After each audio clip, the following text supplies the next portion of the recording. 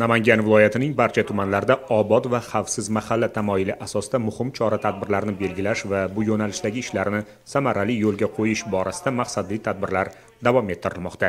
Namangan shahrining Davlatobod tumanida ham viloyat prokuraturasi, Ichki ishlar boshqarmasi va tuman sektor rahbarlari, mahalla beshliklari hamda boshqa aloqador idora vakillari ishtirokida navbatdagi yig'ilish bo'lib o'tdi. Yig'ilishda tumandagi mahalla beshliklari tomonidan o'z hududlarida amalga oshirilgan ishlar hamda ularning ijobiy natijalari to'g'risida taqdimot o'tkazildi. To'quvchi mahallasi beshlik a'zolari tomonidan tayyorlangan taqdimot boshqa mahalla beshliklari ishtirokida muhokama qilinib, mahalladagi kriminogen vaziyatning holati hamda uning boshqa yo'nalishlarga ko'rsatishi mumkin bo'lgan ta'siri haqida tushuntirish berildi. Shundan kelib chiqib tumandagi barcha mas'ullarga kelgusida yo'lga qo'yish uchun aniq vazifalar belgilab berildi.